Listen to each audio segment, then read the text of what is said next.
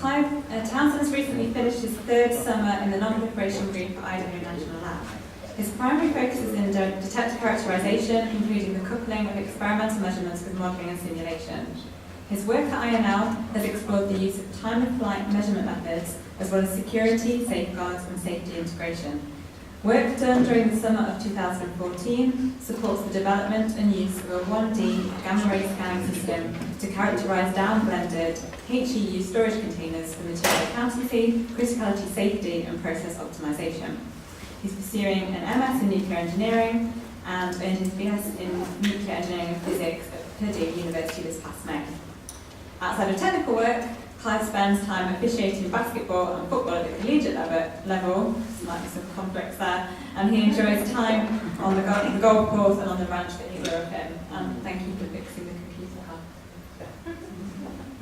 Hello everyone. So I work for INL, as Louise said. Today I'm going to talk a little bit about liquid organic simulators, kind of another alternative to the lithium-6 that we heard about earlier. In an effort to maybe cater to everyone here, I kind of toned down the technical level of the presentation and included maybe a little bit more high-level stuff and a longer discussion on helium-3. So we'll get started. The need for a neutron detector. So as was previously discussed, special nuclear material emits both gammas and neutrons, and the gamma emissions from background and other sources can cause issues. So as an example, we are emitting potassium-40, which can in itself set off nuclear detection.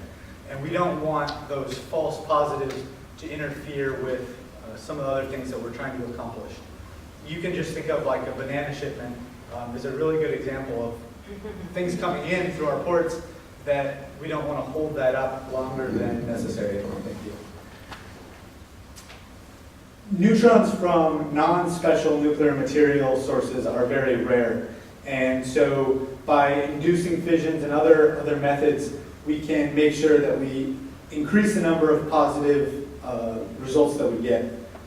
Furthermore, neutrons have longer attenuation lengths, so we can reduce adversary success because it's harder to shield neutrons in conventional senses. Obviously there are methods to do that, but maybe are more difficult.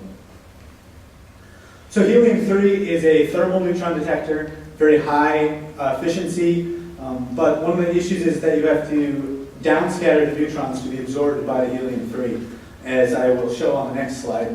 But this implies that you lose energy information from the neutrons. So in order to get better detection, we have the neutrons come to lower energies, but by bringing them down, the moderator that we use, we have to make sure the geometry doesn't affect our detection efficiency. So a chart for the technical people in the room. This is obviously the helium-3 cross-section, and this would be the energy on a log plot and the probability that it interacts, basically.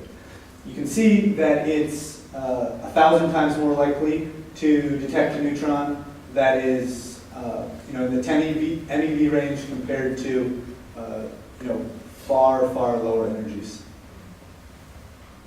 Helium-3 shortage, this was also discussed. Tritium production has significantly been reduced with the end of the Cold War. Helium-3, it comes from the tritium decay, and the price has increased significantly. So from about $100 a liter up to greater than $2,000 per liter.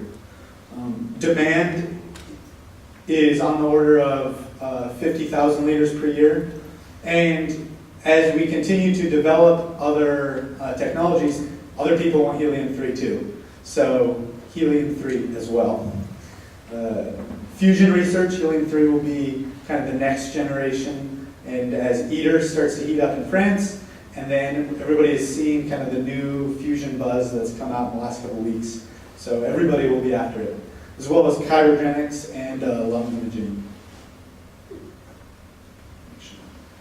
Oh, I also was going to point out that, like in a weird test of fate, the tritium production comes from our weapons systems, but at the same time we're using tritium decay as the detection for those systems.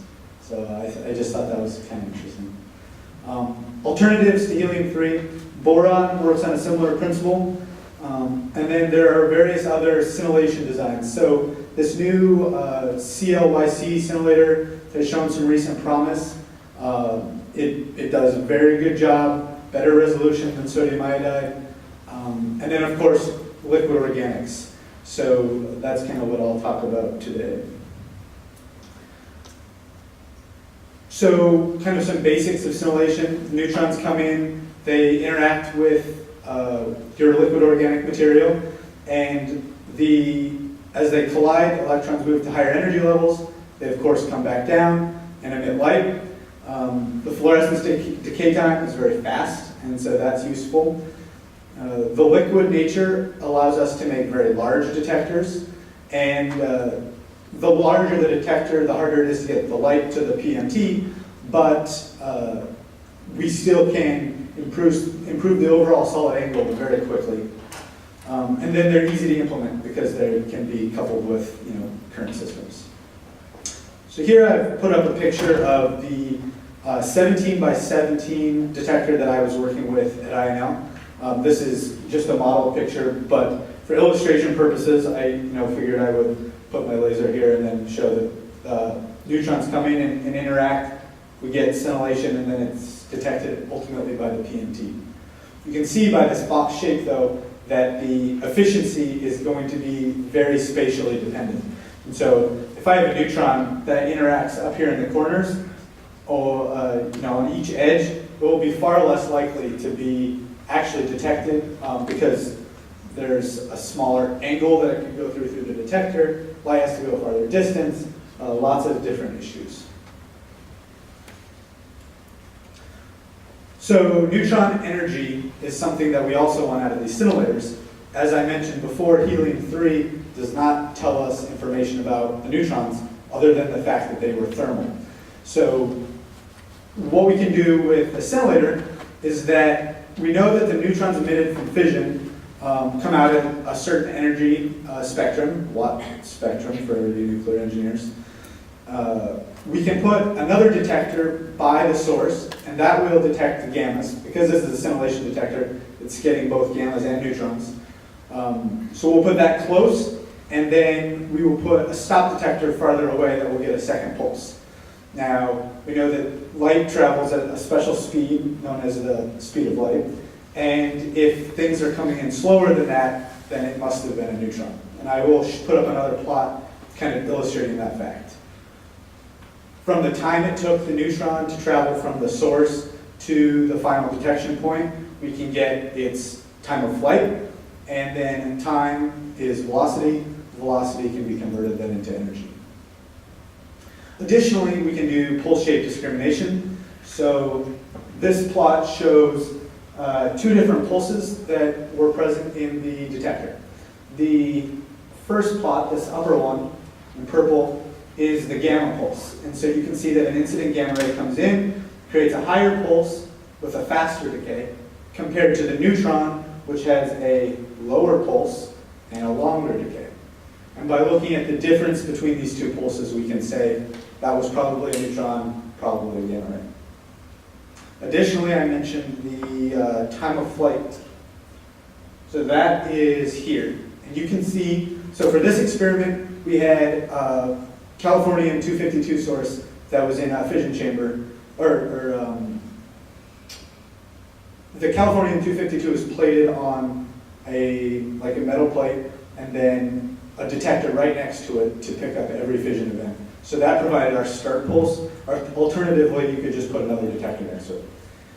So you can see here that right away we get a pulse of gammas. So this plot, this x-axis, is in nanoseconds time of flight, and we've already discriminated against some of the some of the gammas via pulse shape discrimination, but that's not perfect. And so we also can do it with time of flight. You can see that the neutrons come in or the gammas come in right away, and then the neutrons come trickling in later. And this time of flight is then converted to an energy spectrum. So here's another picture of this liquid organic simulator. Because it's in a box, we can stack them well and put them into special arrangements. An example of that would be some work that's been done at University of Michigan and at INMM. And they have put, obviously, a pile of these together into kind of a well-shaped, well-styled detector.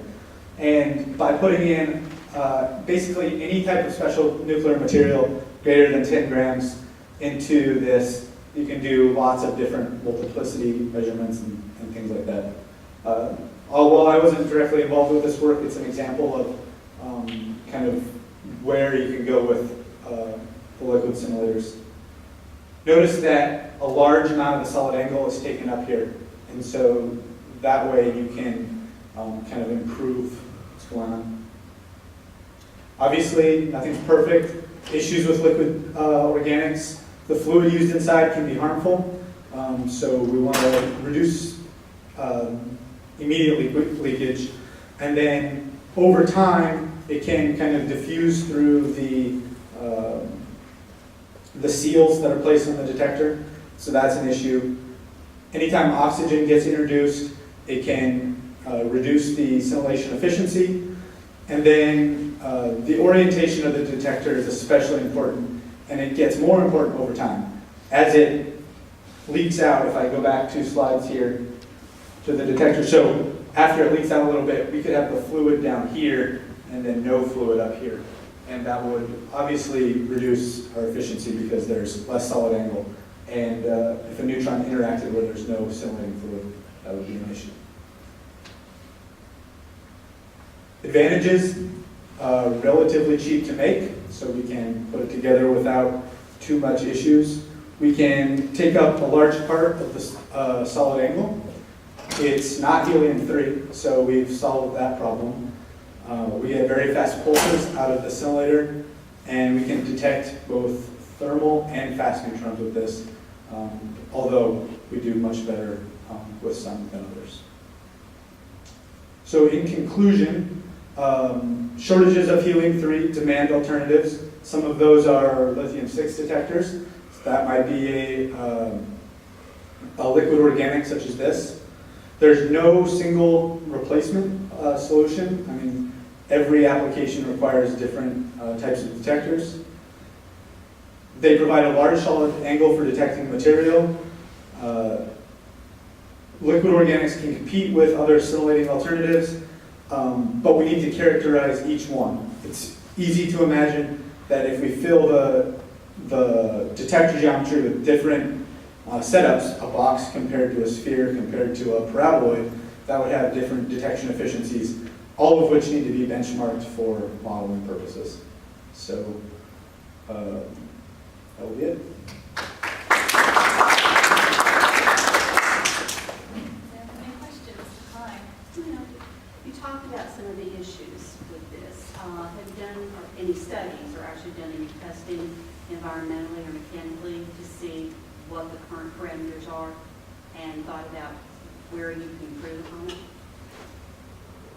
So I think what you're asking is like, how can you improve on some of the cons? Yeah, you talked about the leakage, and I would assume this is because of mechanical issues, vibration, dropping, and then environmentally, weather strengths.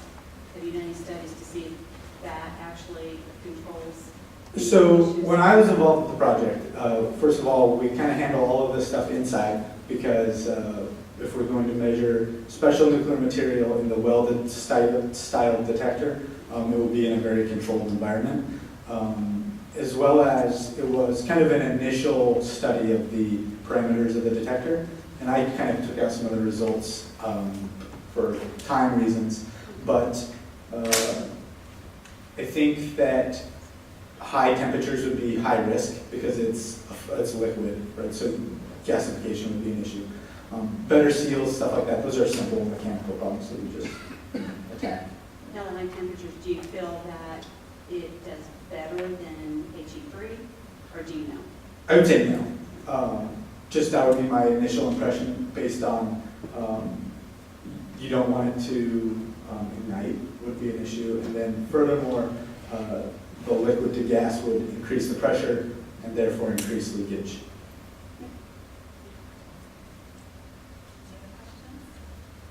Do you have a feel for what it would take to make an instrument like you designed there portable? So I think the question is making the liquid scintillator portable is definitely portable as is, but an issue would be the associated electronics that go with it. So high voltage supplies and the nuclear instrumentation modules that are required to process signals. Yeah. If you're confined by space, if you use this liquid simulator to replace EM3, if you're confined by space, can you get the same efficiency? I mean, EM3 like less than an inch in diameter. Yeah, so that would definitely be an issue because the probability of neutron interaction is less because the neutron is going faster. That being said, you can fill maybe space that you wouldn't be able to fill with helium-3. So you're not confined to a perfect cylinder, right? We can fill non-traditional geometries with scintillating fluid. So is helium-3 better in that sense? Absolutely. But part of the premise is that helium-3 is expensive and we need alternatives. The well arrangement that the University of Michigan that you mentioned, did they actually build that, or is that just a model that you showed? So that was just a model that I showed, and part of the purpose of that was showing by making parametric studies with a simple single detector and using that to input the light output function into modeling programs like MCMP, then we can do advanced geometries without having to buy $50,000, $10,000 detectors. Okay. That being said, there are published initial results for a simplified version of the same idea.